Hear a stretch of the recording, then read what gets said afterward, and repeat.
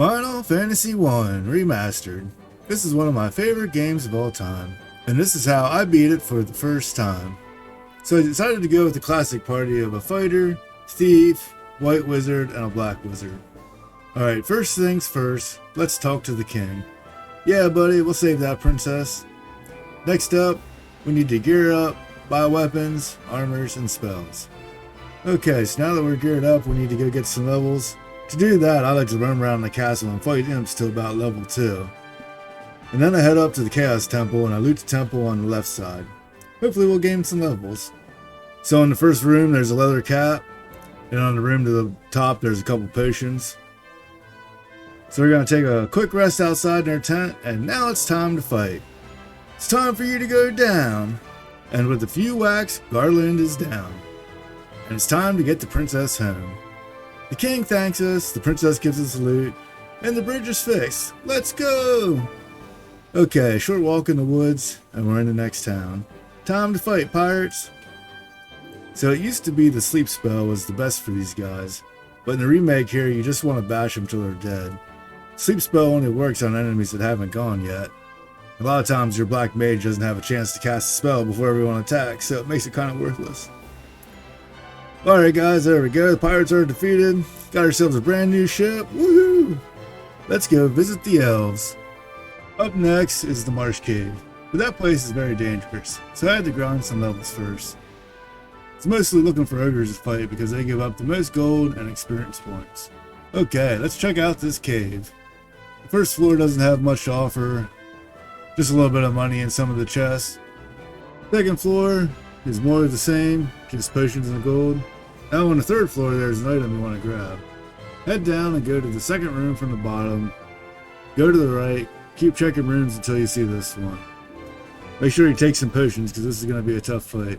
The wizards here, they're weak to lightning, but they hit very hard in melee, so be careful. Anytime you see someone get low, heal them up. Once they're dead, grab the crown out of the chest. Now it's time to go meet the Dark Elf King. So this guy can be really deadly because he has a spell that can kill you in one hit.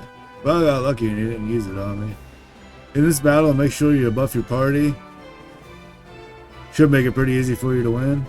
Now with the Dark Elf dead, time to give the witch her eye back.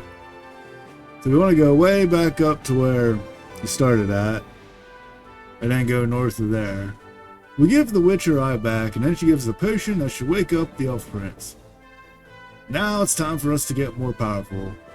For the prince gave us the mystic key. The first place you want to go with the key is right here in the elf castle.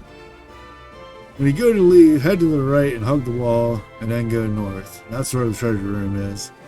Pretty much just a bunch of gold in there. Next, head back to the Dark Elf Castle. Go up behind his throne, then left, then down, and that'll take you right to the treasure room. Just be careful, the chests are each guarded by a group of monsters. Now back to Marsh Cave level 3. On the bottom left there is a chest with a silver armlet you want to grab. All the other chests just have some money and stuff and it's not really worth going for. Next, back at the starting castle there's a treasure room in the back. It's not a whole lot good in there, but you do want to grab the TNT, that's a part of the quest. Now the last place you want to go, make sure you don't miss this, is the Choas Temple. On the right hand side there's 2 rooms, and each room has a special magic sword in there. I believe one's the wear sword and one's a rune sword, I'm not sure. And now it's time to meet some dwarves. Alright, dwarves don't have much going on for themselves, except they do have a treasure room. It does have some decent stuff in it. Now next to the treasure room is a dwarf who wants the TNT. He wants to blow a hole and make a canal for us.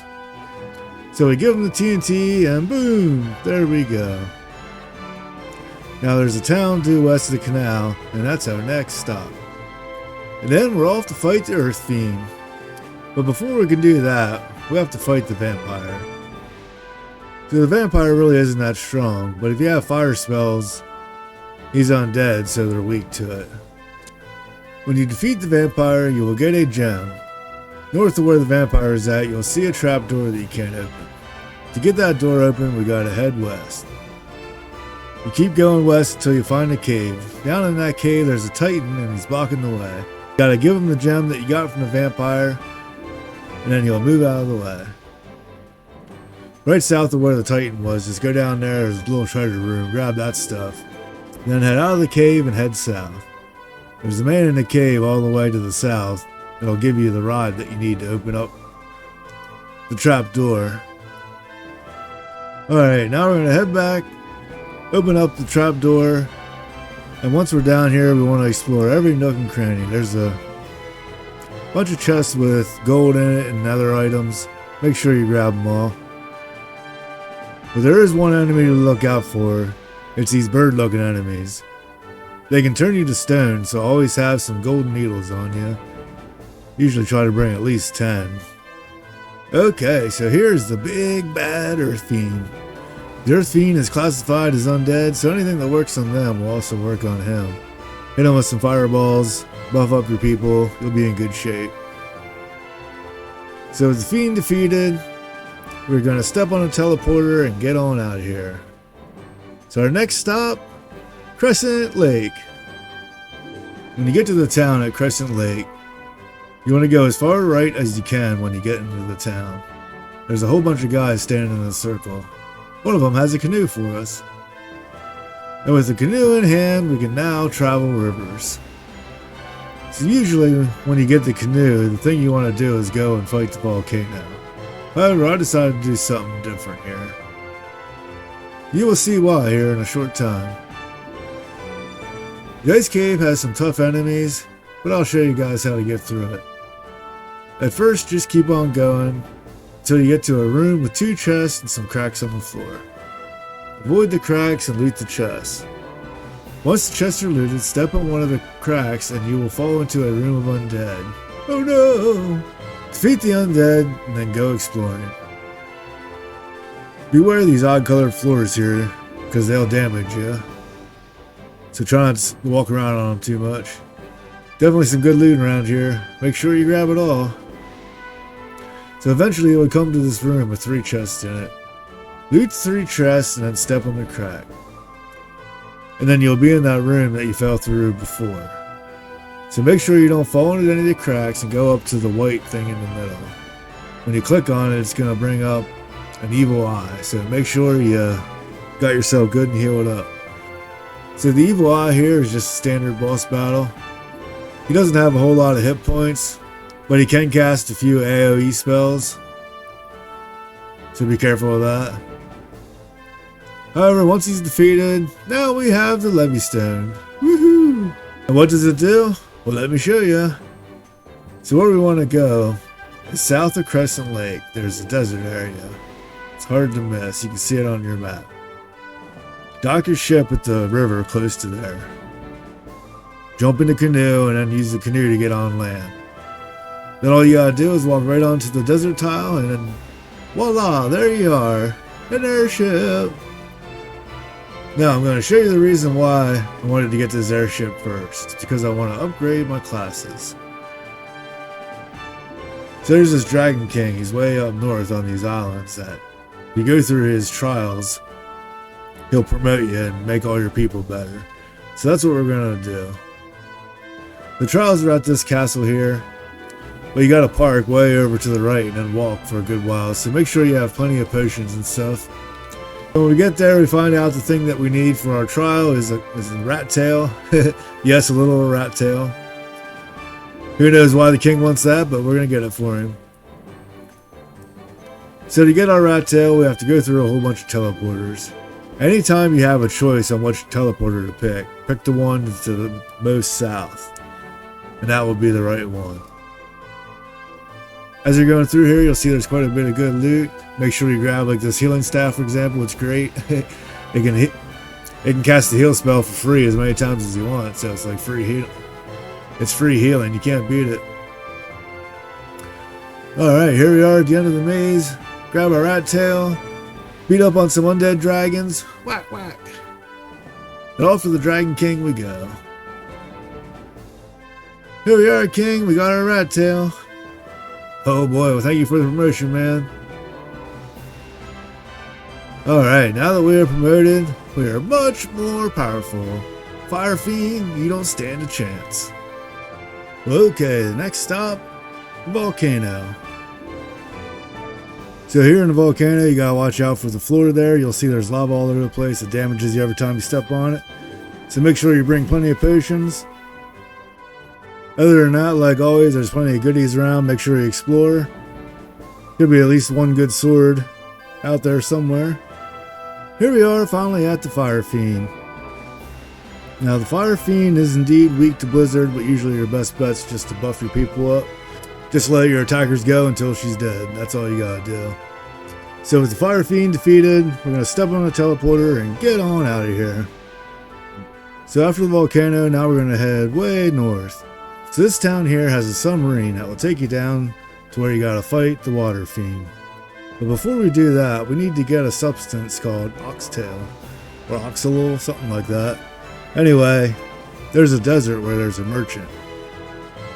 You gotta go up to the merchant, have enough money, buy the ferry, and then take your airship all the way to the right where there's this other town.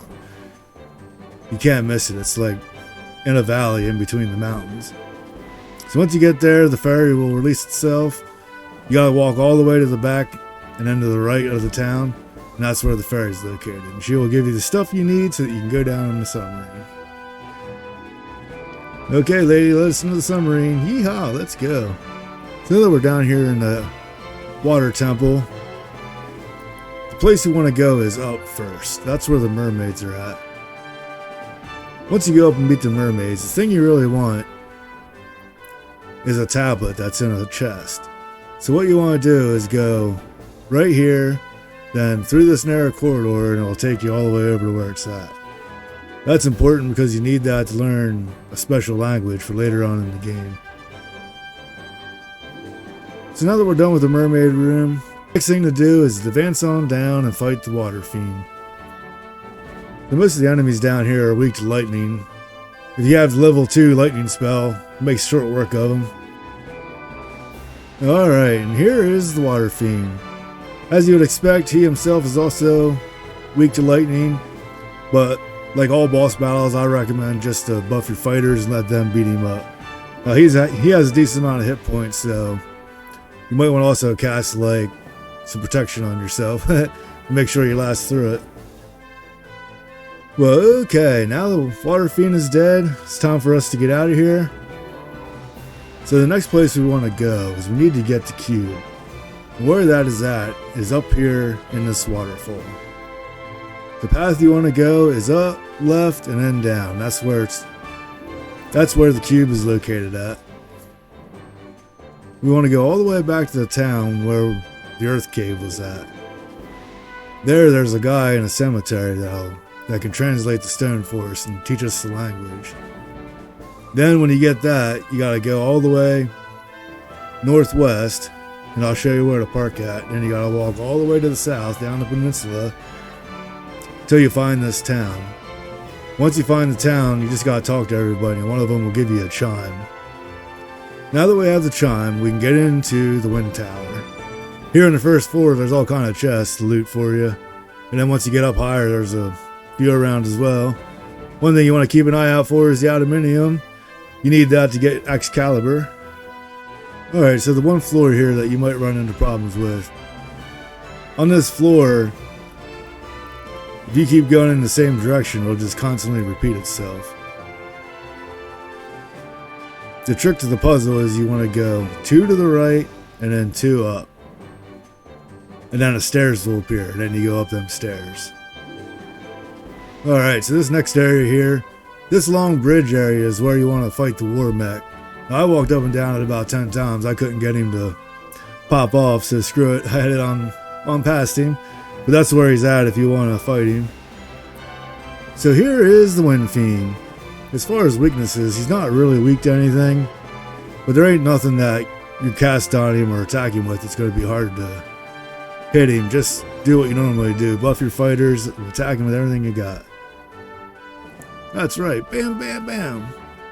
And now, with the Wind Fiend defeated, it is on to fight Chaos. Well, alright guys, before we go to the Choas Temple, you want to take your aluminium, go to the Dwarf City, talk to the blacksmith, and get him to give you your Excalibur. I should have forgot to do that for this playthrough. Oops.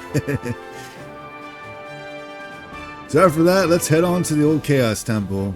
When you first come in, the place where you fought Garland at, there's a bunch of bats flying around. You can actually talk to them and they'll fill you in on some of the story. Feel free to do that. Other than that, you go up to the throne and use the loot. So that takes you to the Choas Temple at a time way in the past. So once we're in the Choas Temple, there's not really much of a maze here. You just pretty much go from one stairs to the next. The most notable feature here is you gotta fight all the fiends again.